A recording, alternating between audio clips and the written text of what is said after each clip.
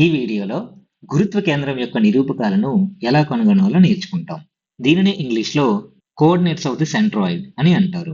ముందుగా త్రిభుజం యొక్క గురుత్వ కేంద్రం అంటే ఏంటో తెలుసుకుందాం.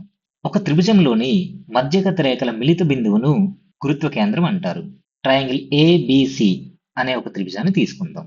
ఏ యొక్క నిరూపకాలు x1 y1, బి యొక్క నిరూపకాలు x2 y2, సి యొక్క నిరూపకాలు x3 y3 అనుకుందాం.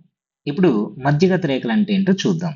ఒక త్రిభుజంలో ఏదైనా శీర్షం నుండి దానికి ఎదురుగా ఉన్న భుజం యొక్క మధ్య బిందువును కలిపే రేఖను మధ్యగత రేఖ అంటారు.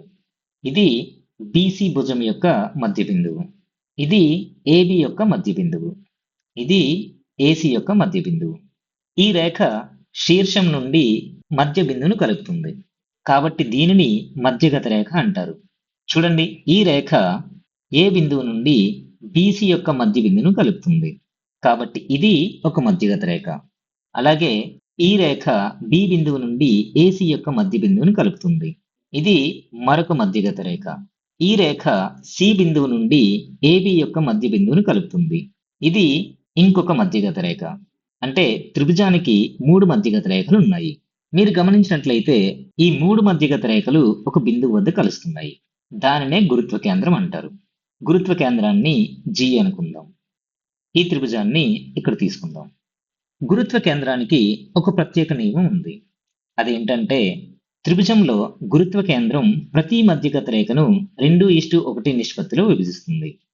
ఈ రేఖాచిత్రంలో మీరు చూసినట్లయితే ఈ G బిందువు అంటే గురుత్వ కేంద్రం ఈ రేఖాఖండాన్ని 2:1 నిష్పత్తిలో విభజిస్తుంది.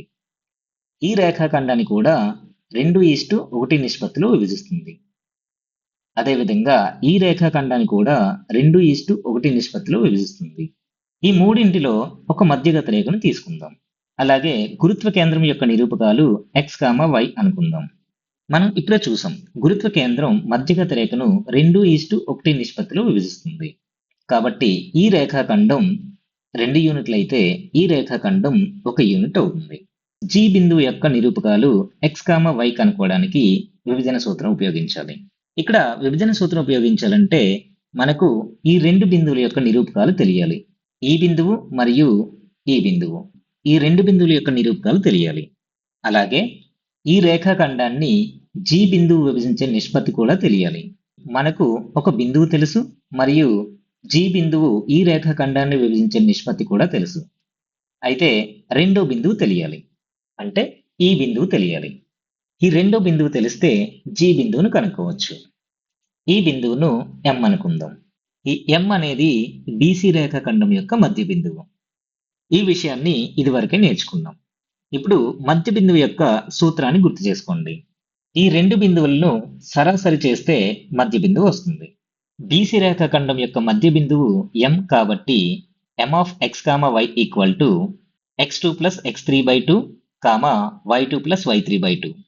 అంటే ఈ 2 బిందువులను సరాసరి చేస్తే మధ్య బిందువు వచ్చింది.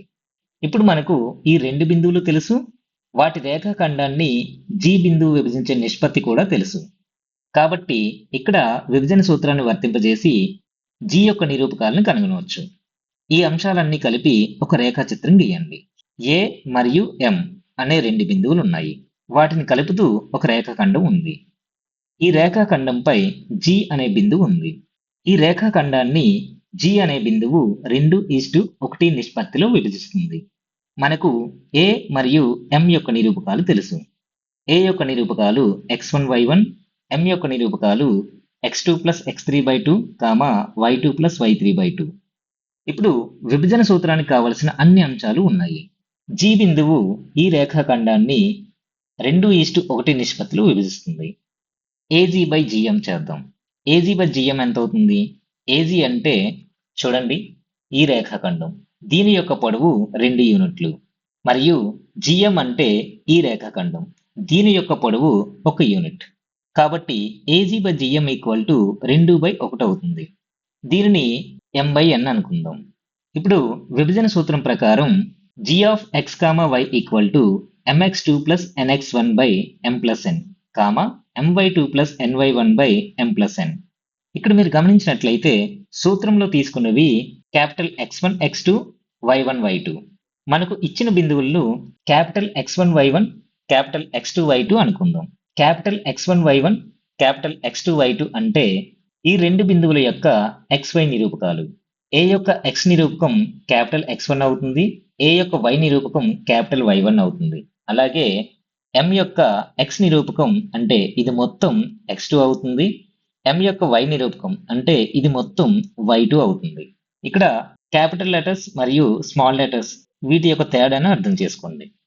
మనం సూత్రంలో తీసుకున్నవి క్యాపిటల్ X1Y1, X2Y2. కాబట్టి మనం తీసుకున్న బిందువులను క్యాపిటల్ X1Y1, క్యాపిటల్ X2Y2 అనుకుందాం. అలాగే M అంటే 2, N అంటే 1. ఇప్పుడు క్యాపిటల్ X1Y1, క్యాపిటల్ X2Y2 అలాగే M మరియు N ఈ విలువలను ఇచ్చిన విభజన సూత్రంలో ప్రతిక్షేపించండి. M అంటే 2 కాబట్టి 2 ఇంటూ క్యాపిటల్ X2 అంటే ఇక్కడ చూడండి X2 ప్లస్ X3/2 కాబట్టి 2 into X2 plus X3/2 plus N అంటే 1. క్యాపిటల్ X1 అంటే ఇక్కడ చూడండి A యొక్క X నిరూపకం అంటే small x1 by M plus N అంటే 2 ప్లస్ 1 కామా M అంటే 2 మరియు క్యాపిటల్ Y2 అంటే Y2 plus Y3/2 plus N అంటే 1, క్యాపిటల్ Y1 అంటే small y1 by M plus N అంటే 2 ప్లస్ 1. ఇక్కడ చూడండి 2 క్యాన్సిల్ చేయొచ్చు కాబట్టి 2 కొట్టివేస్తున్నాం. అలాగే ఈ 2 మరియు ఈ 2ని కొట్టివేయచ్చు కాబట్టి ఈ 2ను కొట్టివేసుకుంటాం. ఇప్పుడు ఏం మిగిలాయి? g of x, y equal to ఇక్కడ x2 plus x3 plus 1 into x1 అంటే x1 కాబట్టి x2 plus x3 plus x1 by 2 plus 1 అంటే 3 కామా ఇక్కడ ఏం మిగిలాయి? y2 plus y3 plus 1 into y1 అంటే y1 కాబట్టి y2 plus y3 plus y1 by 2 plus 1 అంటే 3 కాబట్టి g of x, y equal to x2 plus x3 plus x1 by 3 comma y2 plus y3 plus y1 by 3 వీటిని ఒక చోట రాసుకుందాం.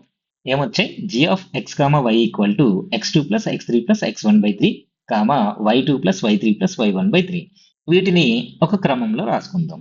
g of x, y equal to x1 plus x2 plus x3 by 3 comma y1 plus y2 plus y3 by 3 అంటే గురుత్వ కేంద్రం యొక్క నిరూపకాలు వచ్చాయి. ఇప్పుడు మొదట తీసుకున్న త్రిభుజం దగ్గరికి వద్దాం.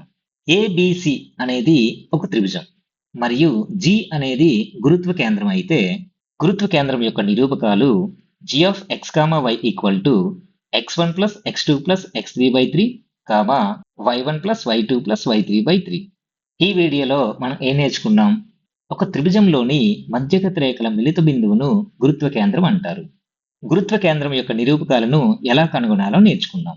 గురుత్వ కేంద్రం యొక్క నిరూపకాలు g of x, y equal to x1 plus x2 plus x3 by 3 comma y1 plus y2 plus y3 by 3.